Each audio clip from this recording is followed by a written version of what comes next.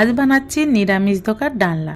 আগের দিন রাতে ভিজানো ছোলার ডালটাকে ভালো করে ধুয়ে নিয়ে মিক্সিতে আদা আর কাঁচা লঙ্কা দিয়ে পিষে নিলাম।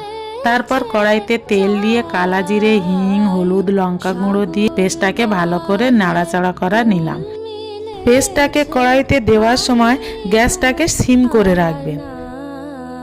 থালায় একটু সর্ষে তেল দিয়ে ভালো করে সেট করতে দিলাম। সেট করার পরে ওটাকে 10-15 মিনিট রেখে দিলাম।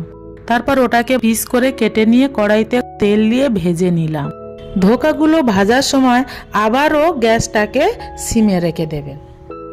ভাজার পর আবার কড়াইতে তেল দিয়ে শুকনো গোটা জিরে, তেজপাতা, গোটা গরম মশলা আর টমেটো, কাঁচা লঙ্কা, আদা পেস্ট দিয়ে ভালো করে নেড়ে নিলাম।